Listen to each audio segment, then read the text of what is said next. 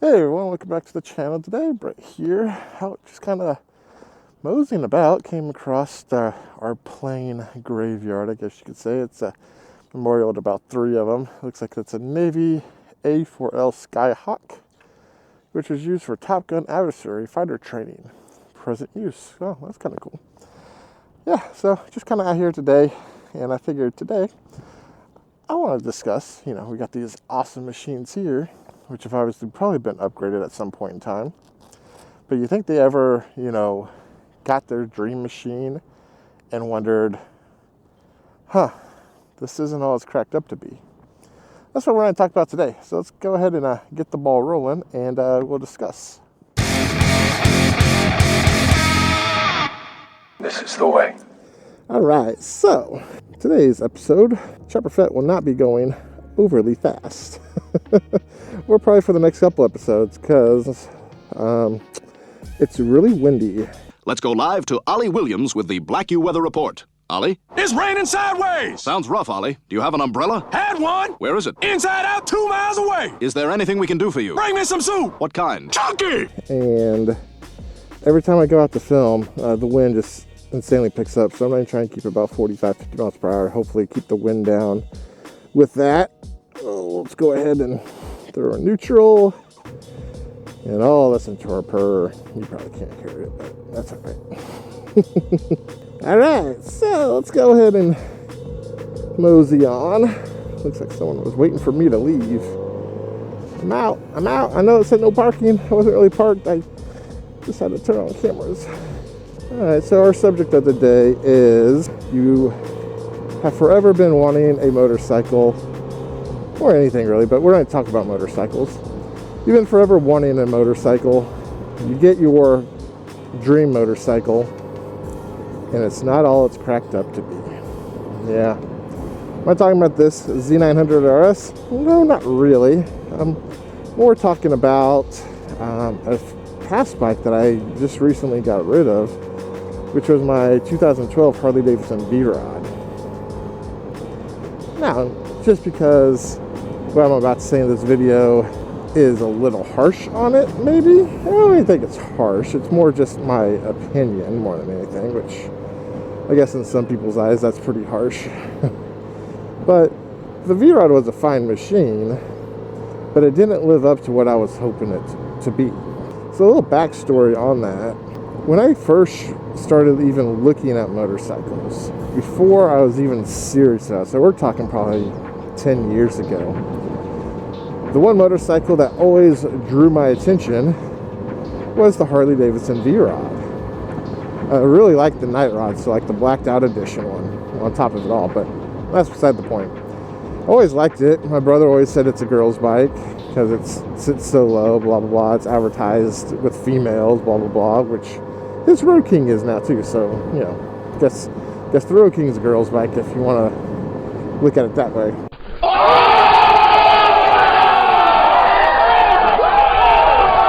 I did not zip up. Do not be looking at these lovely boobies. The VROD was the bike that I just, it looked cool. It looked like a muscle car, but it was a motorcycle. But at the same time, I knew that bike for my first bike might be a little overpowering. But it was always the bike that holy shit. I talked about wind. Yeah, let's go into this subdivision and we'll just keep cruising slow. Holy moly. Don't hit me. Alright. I always really liked the VROD. It kind of always called to me. But I didn't think it was the bike for maybe my first bike, given the power and yada, yada, yada. So I did opt for the Dyna, which was kind of like a happy medium between someone who buys a Sportster and would buy something like that. It was good. I love the Dyna. I think it's still a perfect first bike for most people. Now, fast forward a few years, and I was able to purchase my dad's Harley Davidson VROD. I mean, let me tell you, when he bought that bike, I was so insanely jealous. And pretty much I said, dude, before you're done riding, if you're done riding, you need to give me the opportunity to buy that from you. And at the price that we found it at, because, you know, your boy Brett here found it at a really, really good price for you. Anyway, we were able to agree that he wasn't ready to quit riding by any means. He's still riding. But he agreed to go ahead and sell it to me because I was in the market for the next bike, and I love that bike so much. I've ridden it a few times when he actually had it, and just every time I got on it, I felt like I was at home. So we made our deal, and we got the bike home, and the bike was that shift.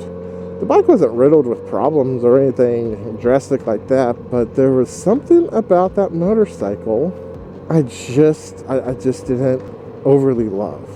When it comes to me and motorcycles, I am hard pressed to get rid of any of them.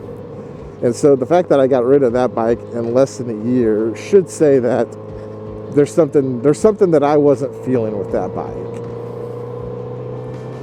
So needless to say, it was a little bit of a disappointment that my dream bike, the bike I thought was going to be the bee's knees and I was going to ride forever and ever and ever, after one season I was like, do you want to buy it back? Sorry, absolutely no refunds.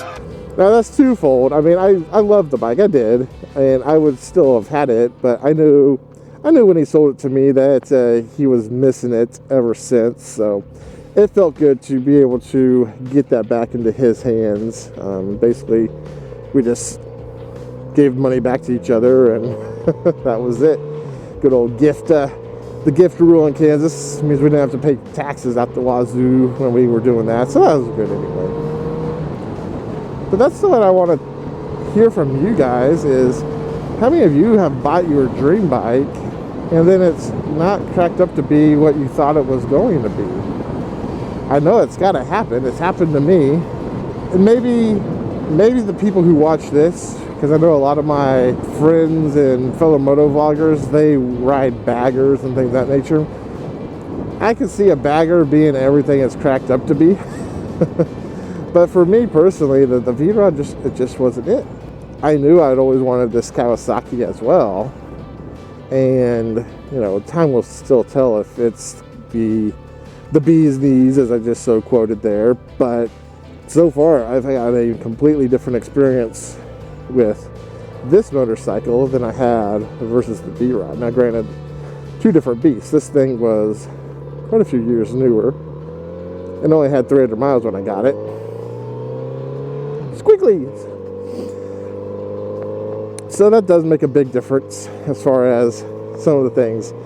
I think what led me to not liking the VROD much kind of stems down to probably a few experiences that I had. One, I just felt like the bike didn't ride straight. I know it rode straight. People proved to me it rode straight. And I even got to the point where it was riding straight into for me, but that was the first thing that happened with it, was I was like, just it's not all I want it to be. It's not what I thought it was going to be for me.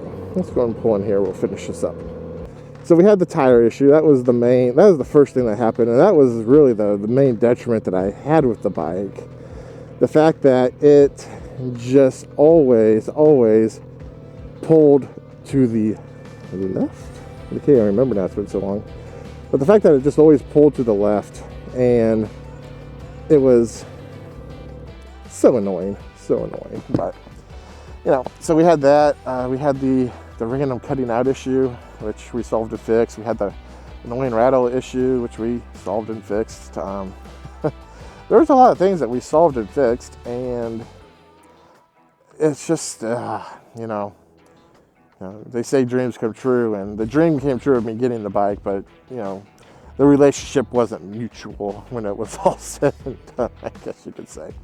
So go ahead and drop your comments down below. I'd be curious to see if this has happened to anyone else. And if it has, what bike was it that you thought was going to be oh so perfect and ended up being meh? And you got rid of it sooner than you anticipated. With that being said though, my name is Brett. It's been fun, and I'll catch you guys on the next Dark Side, as this is the way. Chopperfett, Sena. Later!